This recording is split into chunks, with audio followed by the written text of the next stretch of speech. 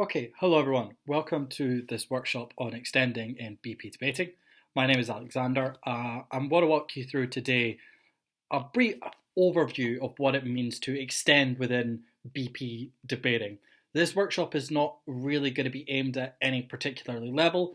Hopefully there is at least one bit of advice or one experience I've had that I'll talk about that people can take away from this at any level. We're going to walk through some general points to start off with, then we'll go into the three main types of extension as I see them, then how you frame and weigh those so that you actually win the debate with them, and lastly on how you can go about improving your extensions. So let's get into this. So starting off with some general notes on how to extend and what you should be thinking about when you're in closing half of a debate.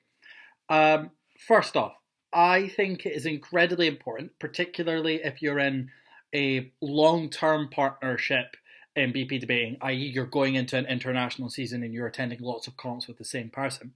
I think it's incredibly important that you have a clear division of labour between the two of you as to what you do in back half.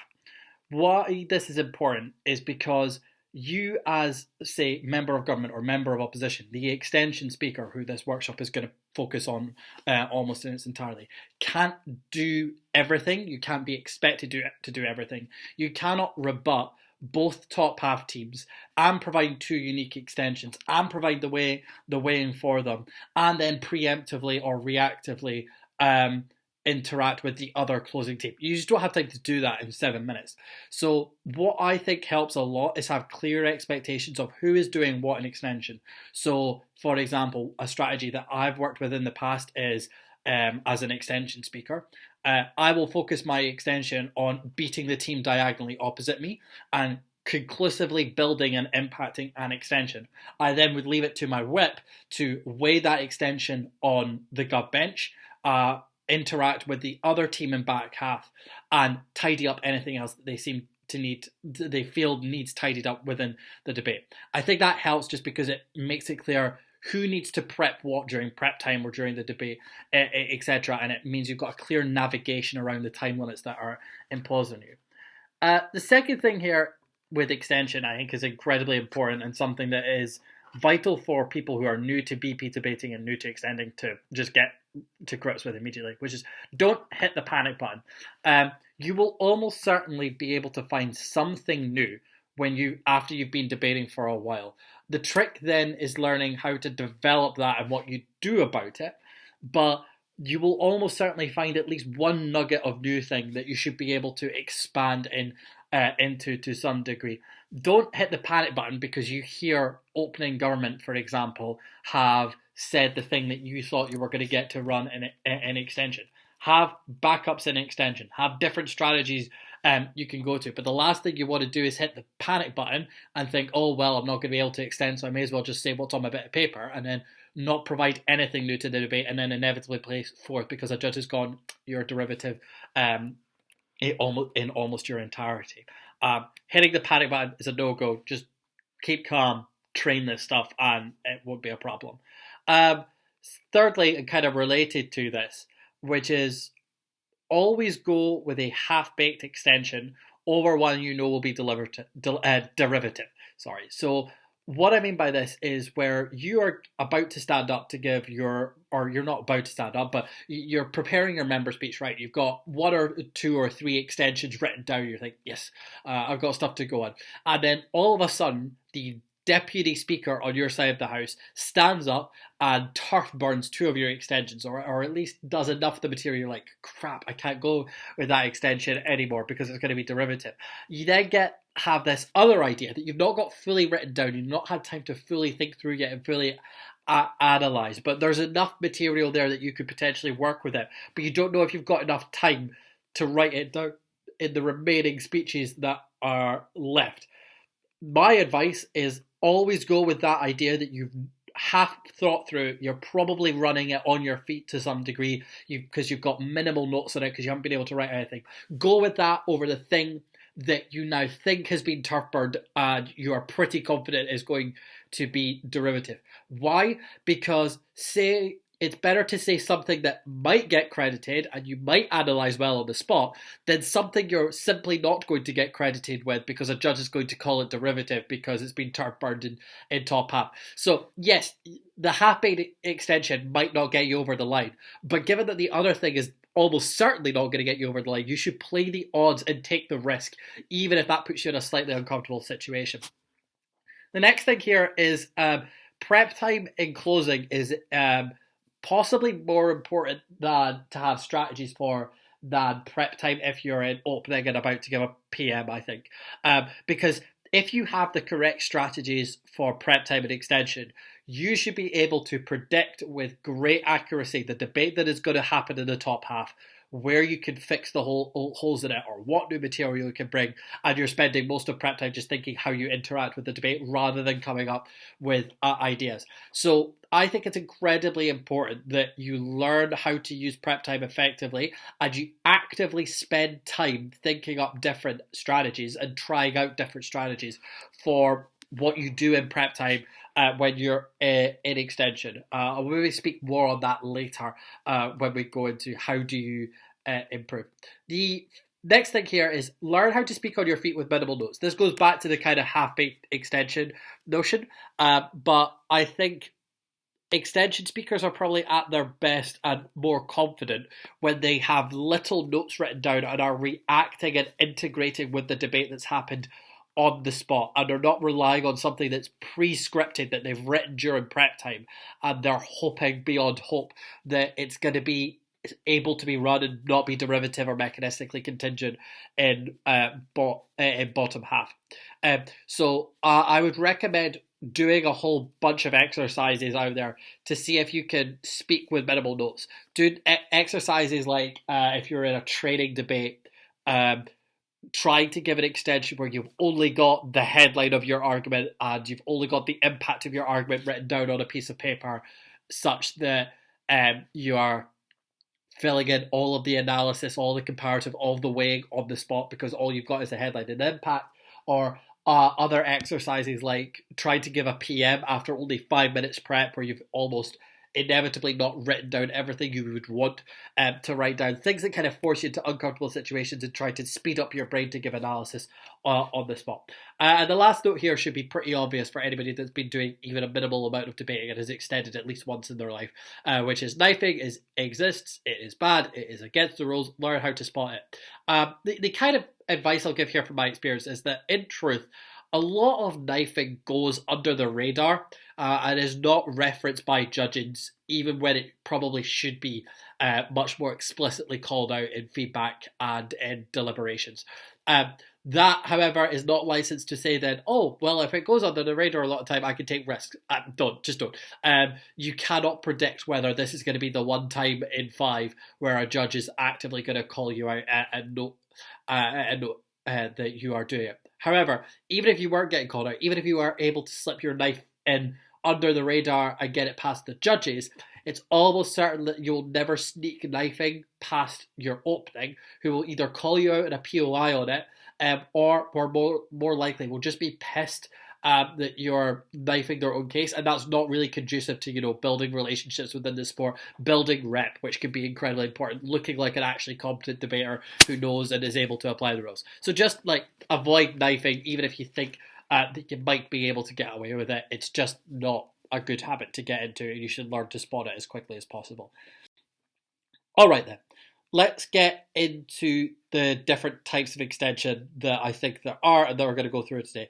First one I'm going to talk about is unique content extensions. This is the simplest type of extension to do and understand. However, from my experience, it's becoming increasingly rare in the current era of debating in favour of the next type of extension I'll go on to, analysis extensions, but I think this type of extension is still probably the best type and probably the most powerful to go with.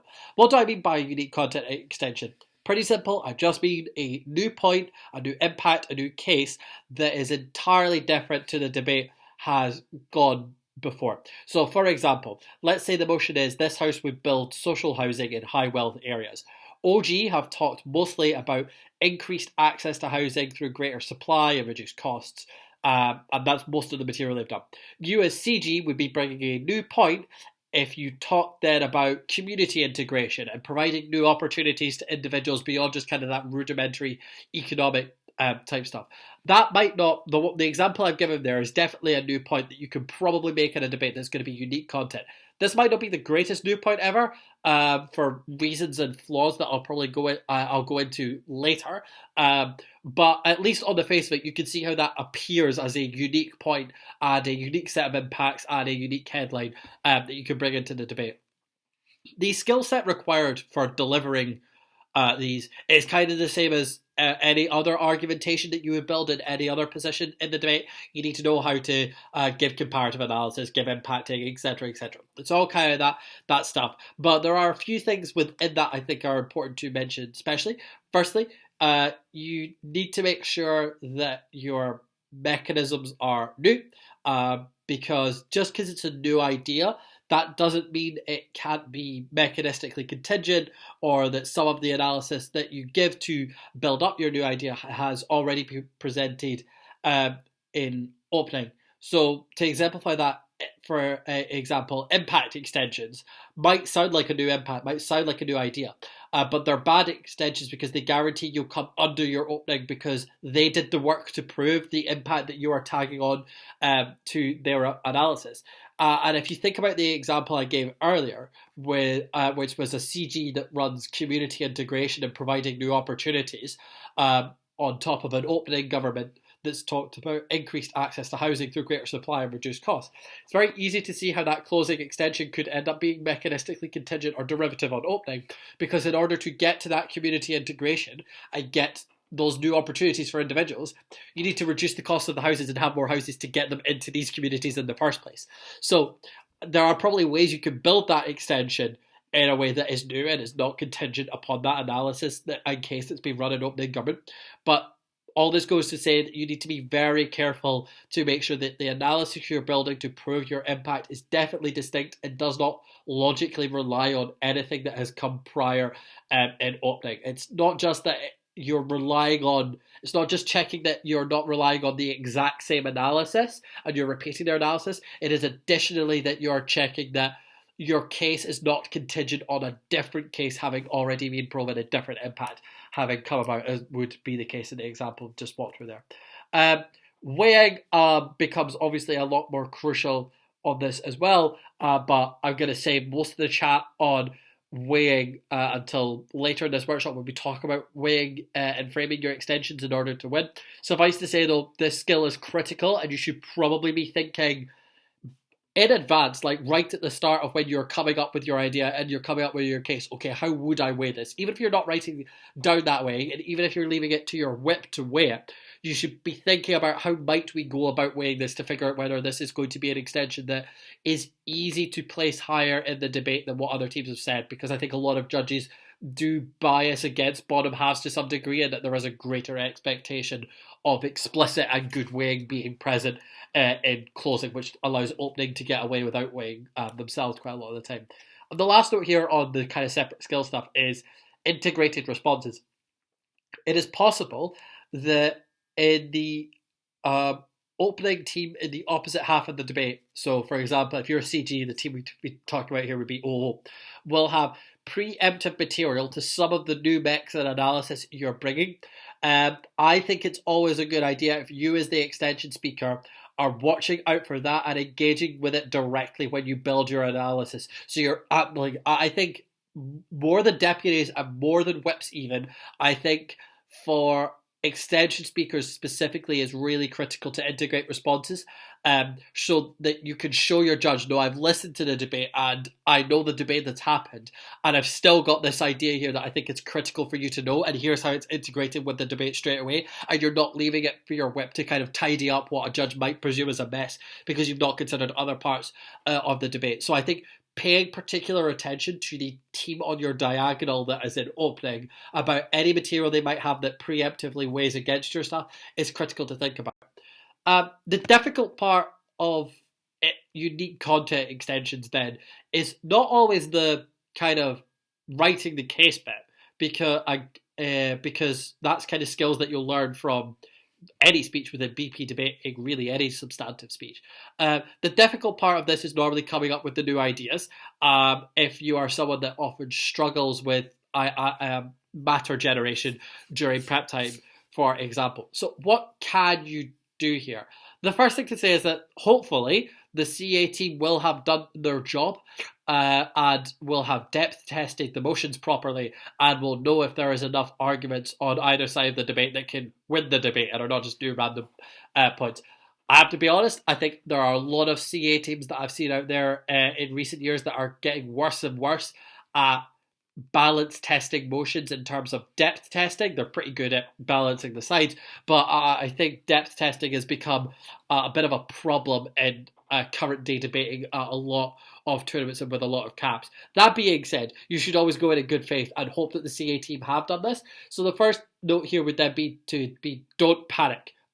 There's probably something there that the CA team have felt is there, that they're confident enough that there's going to be some closing material that you can run and win in this debate. So have a think about what it is that they might have thought of. Secondly, developing the even if case or subverting opening half framing can be a useful way to think about new ideas and extension. So maybe, for example, you're in closing government and opening government have tried to narrow the debate with what they thought was clever framing to say, this debate actually has this really specific but small nuance change for this specific reason, and nothing else really changes because of the debate. Maybe you could come in and say, that was nice framing and OG's material definitely happens, but this debate is way broader because of these things that it would obviously have an effect on, a knock-on effect on society. So finding a way to break out of what might seem like relatively good confines and actively going against framing that is set up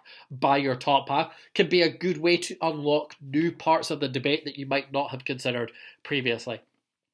Thirdly, spotting the core in prep time, and this goes back to what I said earlier about prep time strategies, can be incredibly important for being able to come up with stuff. So if you are able in your prep time, in closing half, to say, okay, the core of this debate is clearly this. Opening government are going to say this, opening opposition are going to say this, and this is how the top half debate is going to go. That means that you know, I'm probably not going to be able to run that stuff. There's no point in thinking in too much detail about it. You should think at least a little bit, just that you've got the analysis there in case your opening half forget to run it, and so that you know how it might be built, and therefore how you can weigh against it and what mechanisms might be new or not. But you don't want to spend a crap ton of time on it, as you might have done. What you want to then spend time about thinking is, okay, let's assume this material is gone. I can now spend the next 10 minutes on my prep time rather than just the next 5, thinking about what other cases there are that might beat it, how you weigh against it. What all this does, spotting the core, is informs the balance of where you spend time in your discussion. And I think that's really critical for getting a cohesive team position on what they're going to do in closing and what the strategy might be. Fourthly then, and somewhat related to this developing the even if case point that we spoke about previously, think about the various framings that can be applied to different debates. I'll go into again more detail on this when we talk about framing and weighing later, but sometimes the best and easiest extensions are extensions which almost entirely ignore the top half, or not ignore, but say that the top half was irrelevant because there's this critical bit of framing that explains how the motion plays out in the world. That means that the top half debate just doesn't really happen, but the bottom half debate is now about to be really interesting. If you can pull that strategy off effectively, then it can be very, very powerful for just eliminating a top half of the debate right away. And the last thing here is just, if you're coming up with unique content, every other strategy that you already have for coming up with unique content in opening government or opening opposition still apply here, right? So asking yourself the questions of like, what frames can we put this in? How does this affect certain actor groups? What were the CAs thinking when they did this? What are the long-term impacts? What are the short-term impacts? All of these different questions that you will normally ask yourself in any prep time to come up with a strategy, or to come up with content rather, also can be applied in closing, right? And there's normally lots of answers though to those questions. The answers to those questions will vary motion by motion, And just because you can think of something doesn't necessarily mean it's a good thing. So, for example, if you have a debate on Southeast Asia and nobody's talked about China because you've asked yourself the question, what actors does this apply to? You should probably talk about China, but don't talk about Guatemala because it's probably irrelevant to the motion. So ask yourself all these normal questions that you would do. Maybe you're a little bit more liberal with what answers you think you can get into the debate, but obviously there's still a line there in terms of your matter generation for what is going to be functional to get into the debate. Okay, so then next time, and I think this is the one that's become increasingly common over recent years, and is kind of slightly more tricky than unique content extensions to pull up, but not the trickiest, which is analysis extensions. So if you pull this off fully, like totally properly, you'll almost certainly beat your opening if you do it right. But if you fail to beat your opening with it and you don't pull it off quite correctly, you can get a bit ropey in the debate. It's rare that you will second a debate with an analysis extension. Definitely happens, but it's much more likely you're first or third or fourth than kind of getting that reliable second. So what is an analysis extension? It is taking something that your opening have said, but you don't think they have fully proved or taken to its logical final conclusion, and filling in all of those missing gaps of analysis along the way in order to better prove their case. Hence, it's analysis extension. You're filling in analysis. That looks then like providing new or better mechanisms or logical steps for why something happens or is true. It looks like extending the impacts to some extent, as long as you're also providing new mechanisms for why that occurs and you're not going to be called derivative, and showing that the case was not fully developed as it extends further into more important areas. So maybe kind of OG have stopped at a certain impact, but actually if you provide a bunch more analysis on top of that, or if you build the case in a different way, you can actually get to a much higher burden. That would be a logical an analysis extension as well. A little bit more of a ropey one insofar as you might end up being a bit mechanistically contingent on the first half of the case that you're opening of proven happening there, but still you're adding analysis to get to something different. How do you spot where you can extend analytically? Firstly, you need to be listening critically to your opening. You need to be listening particularly like you think a judge would listen to them, so that you make sure that you are thinking what critiques, what burdens might this team not be hitting that a judge is spotting they're not hitting, and then you can come in and fill those. So listening critically is kind of the first and most important step to being able to spot where you can analysis extend. Secondly, listen very closely to the rebuttal that is provided to your openings material, because it's possible that just in their fury to get words out, your opening might not respond to a critical bit of rebuttal that actually destroys their case. You can stand up and analytically say, look, opening government do a good job, but opening opposition provide this bit of rebuttal, which for this reason destroys their case. We're going to rebuild their case in a different way and show why opening opposition's rebuttal does not actually defeat the argument that opening government wanted to make. And the whole new analysis in the different building that you do there to get round that rebuttal is an analysis extension that is valid and useful within a debate. And the last thing then is preemptively think about how you would have built the core. So this is why when we were talking about prep time for unique content extensions earlier, and I said, do think about the core a little bit, but just not too much. This is why you still need to think about it that little bit, right? You need to preemptively think, okay, if the core debate here is, I don't know, go back to the social housing one in high wealth areas, and the core debate is going to be about, does this reduce the cost for low income renters or whatever? If you think that's the core OG, then you need to take some time to think, okay, how would I build that? What burdens would need to be hit in order for it to be proven within the debate? And then you can say, you can use that as a lens through which to listen to your top half when you're listening critically to them to say, do I actually think they hit the burdens that I think they would have needed to hit? Can I explain why the burden that they didn't hit, they needed to hit? That type of thing. So preemptively thinking about the core will just prime your mind for what you need to listen out to. I'll speak later about weighing, again, so that we can keep all the weighing and framing stuff together in this workshop. But to note now, analytical extensions in terms of only adding impacts or only adding weighting will rarely get you anywhere in my experience, because you will just be called derivative or mechanistically contingent upon your top half's analysis. So yes, add the impacts, add the weighting, they're critical, but you need to have at least to just guard yourself against mid-tier judges, shall we say, who are much more liberal with the use of the word derivative and thinking critically about benches. You need to add at least one or two new lines of analysis and mechanism in order to just guard yourself against that situation where a judge decides to just ignore a lot of what you said. What are the common pitfalls to avoid them with these extensions?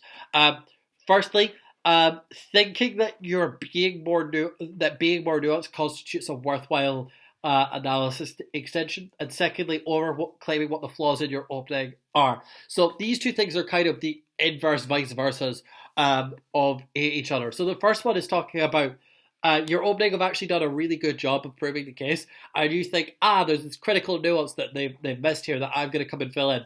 If they've proven their case, you adding some little nuance in it is probably not going to be a debate-winning, super persuasive analysis extension. It might be interesting, it might get you a second, it might get you above the two teams that are opposite you, but it's rarely going to take it above your opening because it's not clear. It'll be very, very difficult to explain why that tiny nuance you're adding is making your opening team so much better when their case was already pretty solid anyway. The inverse of that is the overclaiming what your flaws in your opening are. You can't then, to avoid that, be like, okay, well, I'm just going to claim that my opening had these major gaps in them that I'm going to come and fill in. If those gaps aren't there, judges aren't idiots, because there is often a bias against bottom half teams. They're going to notice that you are overclaiming and you're not really filling in gaps that are there because the gaps aren't there. So this is why all of the kind of spotting where to analytically extend is the most important skill to train here, because that is the thing that will stop you from making these common mistakes of pissing off judges because you claim you're analytically extending when you don't really need to be.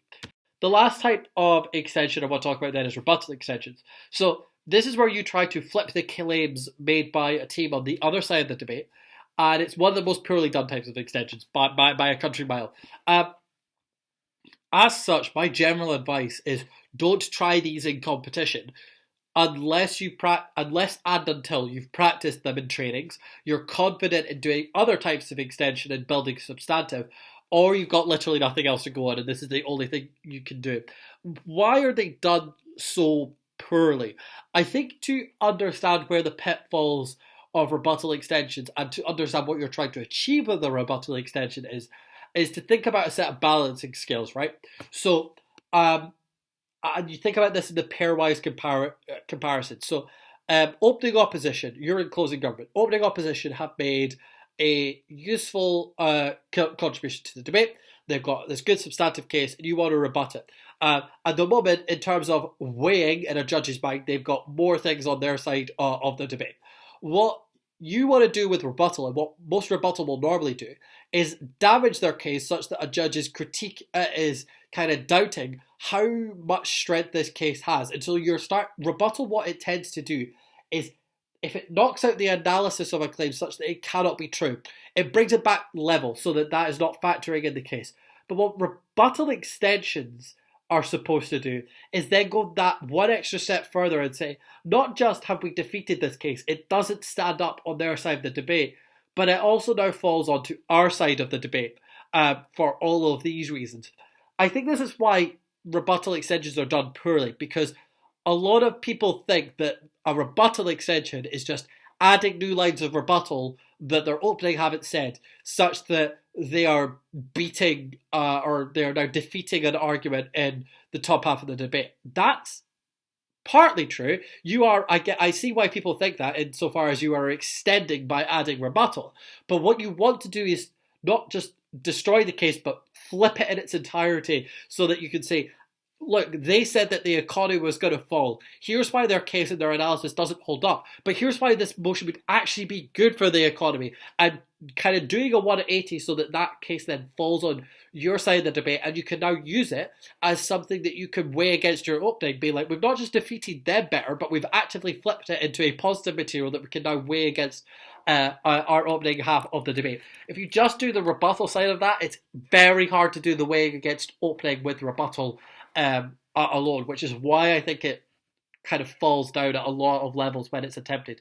So what are the common pitfalls you need to avoid here when now that you understand that concept of what you're trying to do? And then basically, when you're flipping it, you're applying one of the analysis or unique content extension ideas. You're adding substantive onto the rebuttal to some extent. So the common mistakes to avoid here are, 1, the rebuttal on which the extension is built is being said by your opening. If the rebuttal is said by your opening and you use that as the basis to flip it, then it's not impossible. Maybe the kind of flipped case in and of itself is going to be enough to win you the debate, but you're making your job a little bit harder, particularly if you're framing what you're doing as a rebuttal extension, and that is how your judge is thinking about it in their mind. Secondly, the analysis you build on your rebuttal is opening, so this is similar to the above, which is maybe the rebuttal you bring is new, but when you're doing the active flipping bit, you're basically just using a case that's already presented in opening, in which case you're just rebuilding your openings case, and that's never going to get you anywhere in extension when you need to present something new. And lastly, failing to explain explicitly and clearly the strategic importance of what you've done. I think a lot of other times when people do this type of extension, they think, I know in my head that I am flipping this case. I can just give the substantive side of this case, and the judges will see that I am flipping a case on the other side of the debate and doing a rebuttal extension. I don't think it works like that, unfortunately. I think you need to be significantly more explicit and say, opening opposition make this claim. Here's why the claim is untrue.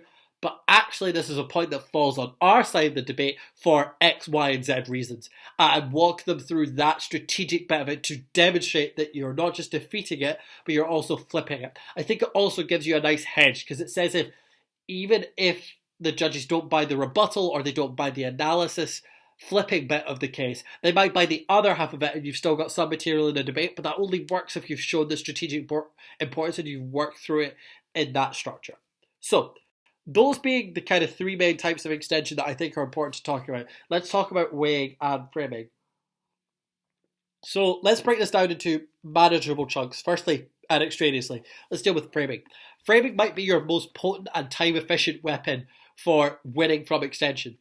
There are lots of other workshops online that go into much more detail than I have time to do on this today. But I think that the reason that framing is so powerful is because if you're able to demonstrate through framing that the motion only applies in a specific way or in a specific context, that can eliminate in a stroke a lot of material in opening if their material doesn't work in that context. Now, you obviously need to check your framing so that you need to see what's going to be eliminated and what's not going to be.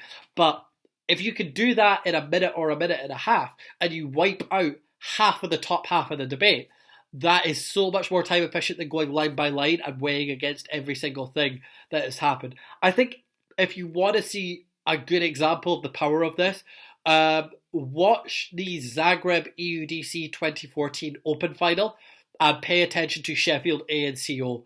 I am not going to walk through the entirety of that debate. Don't have time to do that now. But if you want to understand why I think it's important to understand the power of framing and why you should go away and watch other workshops on how to do framing and think about framing effectively, this is the example of where it's possibly ever been the most powerful to win you a European Championship of all things. Then if we come on to weighing instead of framing. So I think I want to run through this each individually. So if you're weighing unique content extensions, those brand new ideas versus your opening, or if you're weighing unique content extensions versus your opening teams, you're probably applying all of the normal strategies that you've probably already learned on how to do weighing. So you're probably applying the strategies of, does this affect more people? Is this a greater degree of harm, a different type of harm? Is this hurting a more vulnerable actor? Is this I don't know, all of these different things that you can say in order to weigh one material against another. You probably want to take time to explain it, and you want to use multiple of them to show how vitally important your extension is and why a judge should be judging on that specific metric that you're giving them within the debate. But all of those normal strategies are the ones that you probably want to apply versus your opening. You need to be careful the way that you do this because there's a very fine line between providing weighing and talking about the detriments or the deficits in your opening half case and actively knifing them by providing rebuttal in order to weigh against them. Learning that line, understanding what knifing is, as we talked about earlier, is critical to making sure you don't cross that line. Analysis extensions are the much more tricky one for weighing.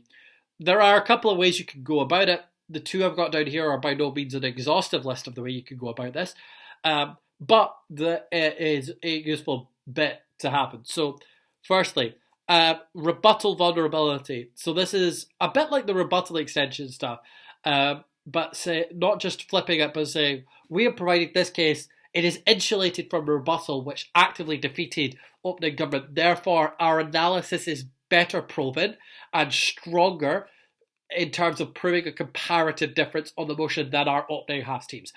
That is one way you can go about weighing an analysis extension, by showing it is much more stronger to opposition attacks so that your bench might have a greater standing comparative in the debate. Secondly then, explanation of burdens. Explaining why your opening half, there is this logical gap in them. If they don't fill in this logical gap, they cannot get the impact because, whatever the reason is, this is the logical analysis that we provide in closing when we talk about X. Therefore, all of opening government's case can only happen if you have the analysis that we've given in closing government. Explaining the burdens that need to be hit in order for a case to be proven critically, or taking a higher one, is probably the most common strategy that analysis extensions go down, and is the one that you want to spend most time learning how to weigh effectively against them. There are other ways you can go about this. For example, a logical prior weighing, which is if you think about what we talked about earlier, where you want to avoid being mechanistically contingent on your opening. If you run a case in closing that makes a lot of openings material mechanistically contingent on you, that is to say, you're dealing with something that is further up the pipeline and upstream of anything that OG are proving, you can say they've now become mechanistically contingent on us because it's our case that unlocks the ability for their case to happen. So there's a bunch of different ways you can go about weighing analysis extensions. I think these two here are the most common ones. They're also the most applicable to rebuttal extensions as well, which is why I've chosen to include these two. I think if you get to grips with these ones, it's a good starting base for going forward. But there's a lot more to say that can be said on weighing and framing extensions. And it's something you should take active time to learn beyond just how do I come up with these things. Lastly then, on how do I go about actually getting better at extensions, because I think a lot of workshops talk through aspects of debating and then don't actually tell you how you can go away and get better at these things other than just do more debating and listen to the workshop. I think with extensions particularly, there are some things you can do. Firstly, I think this is the most important one, particularly if you think you're going to be using analysis extensions a lot, is judge a lot. I only really got good at extending in particular after spending an international season judging at Astana Euros. And what doing a lot of judging shows you is the way in which other debaters think about debates, and it teaches you the way in which judges look at debates, the way in which they take notes, the way in which they are critically thinking about what material has been presented in a debate. So you are much more likely then to be able to spot the critical flaws in a top half and fill those in, if you know how a judge might be looking at that to some degree. Secondly, definitely take some time to second speak and whips and deputies. Because, for example, if you want to pull off rebuttal extensions, you need to know how to do rebuttal and think critically and think on your feet about other teams' cases. And that's a skill that you would definitely build up, for example, by doing whips and deputies a lot more. I spent about a year and a half second speaking before I converted into first speaking. And I think it does make you better, particularly not just for rebuttal extensions, but also for doing the stuff that we talked about earlier on, integrated responses. Thirdly, then, learn more about the world. This is just, standard getting better in debate stuff, to be honest. But learning specifically here, not just reading about what's going on in the world, but looking out for the more interesting and curious items in the news. So kind of the lesser spoken consequences, the less direct effects of any policy or thing that might be happening in the world is a useful thing for extension, because it's the type of thing that your opening might not have thought of. Fourthly, then, do some drill exercises. You can do these on your own, or you could do them with a partner. The types of drill exercises that I think you can do here is, if you have a partner with you, pick a motion, take 10 minutes to prep. Your partner gives what they would run in top half, and then you will hopefully have a list of things that you could run in bottom half, and you see what's left over. You could do the same thing with, say, with your partner, and then go on to discuss, okay, hypothetically, let's say we're right that this is what goes in opening and this is what goes in top half. How would we go about weighing these extensions? On your own, if you want to do debate practice, just put on a high quality debate from an international or the round robin or whatever.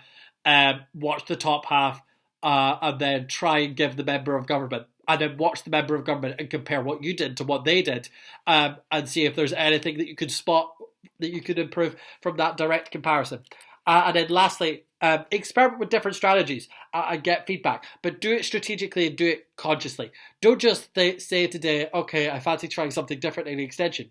Kind of think about the different things you can do in extension, and then logically work your way through that list so that you're strategically trying different things in different situations and figure out what does and doesn't work for you, and figure out where you can improve, rather than just throwing different strategies against the wall and hoping something sticks, so to speak. I think a lot of debating feedback is actually about spotting, doing it in a conscious way, rather than just, hey, judge, tell me what I could have done better in this debate, which actually really probably doesn't get you that far, to be honest, unless you're putting it in a frame. So that's everything I think I wanted to say. Hopefully this has been a decent holistic overview of the world of extending, the different types, and the things that you need to do with it. If you have any questions on anything in this workshop, or you want my advice on any other stuff to do with extending, feel free to reach out to me on Facebook Messenger. Just search Alexander Fraser on Facebook. You'll probably find me. But yeah, thanks for tuning in, everyone.